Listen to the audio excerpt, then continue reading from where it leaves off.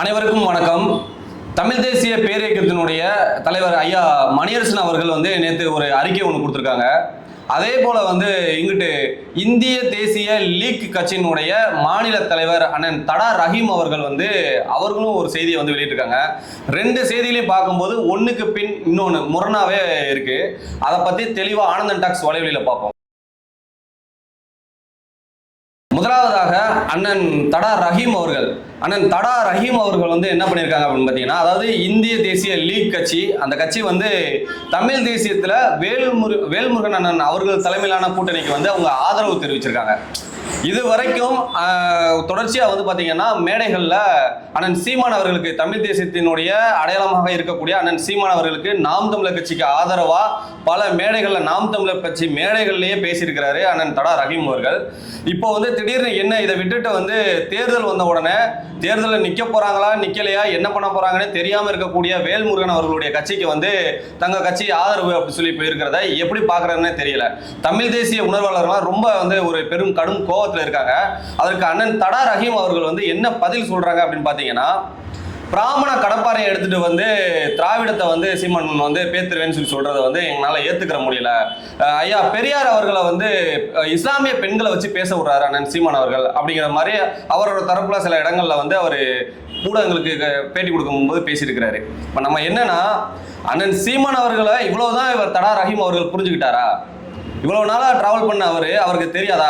தடா ரஹீம் அவர்களே அண்ணன் சீமான் அவர்கள் இந்த இஸ்லாமிய சமுதாயத்துக்காக என்னென்ன பண்ணியிருக்காருன்னு பேசியிருக்கிறத நீங்களே பாருங்களேன்.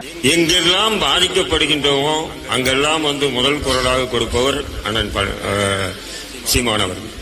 உதாரணத்தை சொல்றேன் பாருங்க. சுமார் 45, 50, 60 இஸ்லாமிய ஆயுதண்டை சிறைவாசிகள் சிறையில் இருந்தாங்க. இஸ்லாமிய கட்சிகள் மேடை போட்டாங்கன்னா அந்த மேடைகளில் இஸ்லாமிய சிறைவாசிகள் விடுதலை சம்பந்தமா பல பேர் தலைவர்கள் பேசிட்டு போயிருக்காங்க, இல்லைன்னு சொல்ல.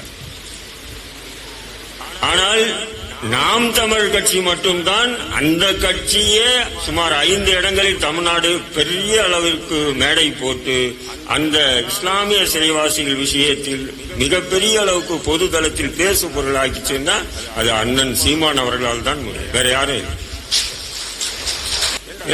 சமுதாய தலைவர்களே அங்க வரத்துக்கு அச்சப்பட்டு பயந்து நடுங்கி ஒதுங்கி இருக்கிற நேரத்தில் இன்று தமிழகத்தில் 3ஆம் இடத்தில் இருக்கக்கூடிய ஒரு அரசியல் கட்சியினுடைய தலைவன் அந்த இடத்துக்கு வராப்புல. யார்? சீமான்.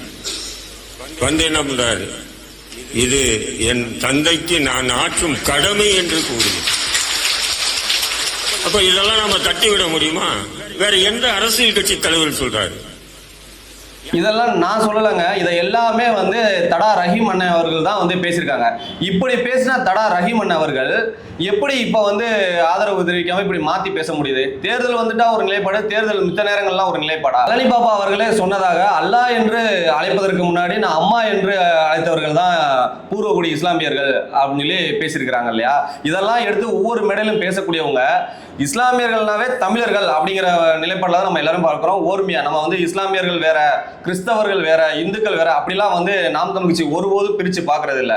எல்லாருமே தமிழர்கள் அப்படின்னா நாம் தமிழ் கட்சி ஒரு ஓர்மையில பார்க்குது. இதுல இஸ்லாமிய பெண்ணை வச்சு பேச வைக்கிறது, கிறிஸ்தவ பெண்ணை வச்சு பேச வைக்கிறது, இந்து பெண்ணை வச்சு பேச வைக்கிறது, அதெல்லாம் ஒருபோதும் அண்ணன் சீமான் அவர்கள் கிடையாது.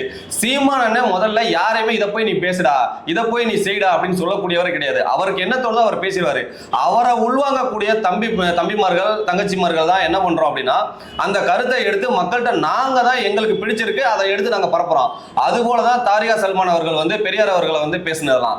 இத சீமானே சொல்லி தான் பேச வச்சுட்டாரு அப்படின்னு தடா ரஹீம் அண்ணன் பேசுறத நான் வன்மையா கண்டிக்கிறேன். தமிழ் தேசியத்தை நல்லா புரிஞ்சுக்கிட்ட அண்ணன் தடா ரஹீம் அவர்கள் இப்பொழுது இஸ்லாமியர்களுக்காக ஒரு நிலைப்பாடு எடுக்கிறது என்னால ஏத்துக்கவே முடியல. ரெண்டாவது, அதுக்கு அவர் சொன்ன அந்த காரணங்கள்லாம், அண்ணன் சீமான் அவர்கள் பிராமண கடப்பாறையை எடுத்து திராவிடத்தை அழிச்சிருவேன் அப்படின்னு சொல்றது எப்படி பார்க்கணும்னா, உன் பொருளை எடுத்து உன்னைய போட்டுருவேண்டா அப்படின்னு சொல்லுவாங்கல்ல நடைமுறை பேச்சில். உன் கையை எடுத்து உன் கண்ணை குத்திடுவேண்டா, உன் ஆப்பை எடுத்து உனக்கே சொருகிறேன்டா. அந்த மாதிரி தான் உன் ஆளை ஆரியம் திராவிடம் வேறு வேறு இல்லை, ரெண்டுமே ஒன்று அப்படின்னு சொல்லக்கூடிய அந்த கோட்பாடில் தான் உன் பொருளை எடுத்து உன்னைய போடுறேன், அதில் தான் உன் பிராமண பொருளை எடுத்து திராவிடத்தை போடுறேன் அப்படின்னு சொல்லி சொன்னது. இதை கூட இருந்து இவ்வளோ நாள் பல உங்களுக்கே தெரியலைங்க போகும்போது தான் எங்களுக்கு வியப்பாக இருக்கு. இது உண்மையிலேயே நீங்க வந்து எதுக்காக இந்த முடிவை நீங்க எடுத்திருக்கீங்கன்னு தெரியல. நாங்க ஏற்கனவே வேல்முருகனை வந்து தனிச்சு வந்து நிக்கிறதையே நான் சந்தேக பறவையில தான் நம்ம பார்த்துக்கிட்டு இருக்கோம்.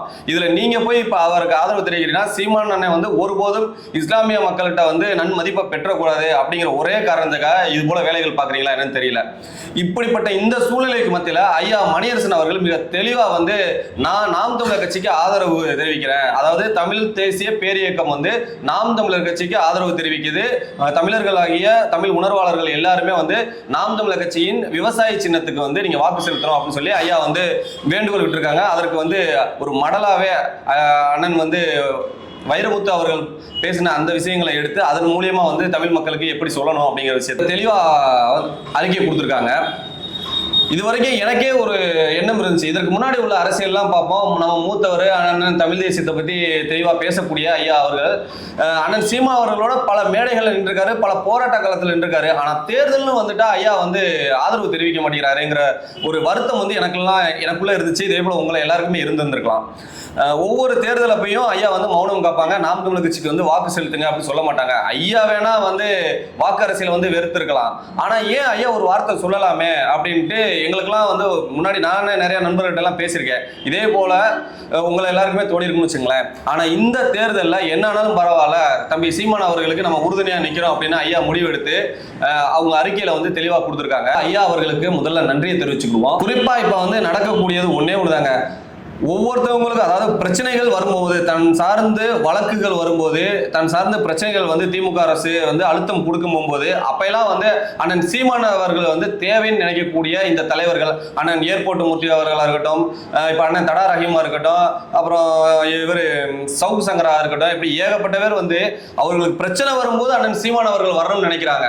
ஆனால் தேர்தல்னு வந்துட்டா உடனே வந்து திமுகவுக்கு எதிராக ஒரு அதிமுக தான் நமக்கு வந்து ஆதரிக்கணும், ஏன்னா அவங்க தான் நம்ம வழக்குகள்ல இருந்து நம்மளை காப்பாற்றுவாங்க அப்படிங்கிற மனநிலை வந்து எல்லாருக்குமே வந்துருது. இப்படி பார்த்தா இவங்க இந்த ஒரு வழக்கு 2 வழக்குக்கே வந்து இப்படி பயந்து போய் அதிமுக தஞ்சம் அடைகிறாங்க அப்படின்னா 200 வழக்குகளுக்கு மேல அண்ணன் சீமான் அவர்களிடம் இருக்கு. அப்ப அவர் இதே போல வழக்குல இருந்து காப்பாத்திருங்க அப்படின்ட்டு பிஜேபி பக்கம் போய் நின்றுக்க முடியாதா, இல்ல ஒரு அதிமுக பக்கம் போய் நின்றுக்க முடியாதா? எல்லாத்தையும் தாண்டி ஒரு தலைவன் என்பவன் நான் தனிச்சு எவ்வளவு சோதனை வந்தாலும் சரி நான் உங்களுக்கு இடத்துல நிற்பேன், இந்த போர்க்களத்துல வந்து நான் முன்னாடி நிற்பேன், நான் எதற்கண்டும் அஞ்ச மாட்டேன், எதற்கும் சரணடைய மாட்டேன் அப்படின்னு நிற்கக்கூடிய சீமான் அண்ணன் இங்க, நீங்க எல்லாம் இங்க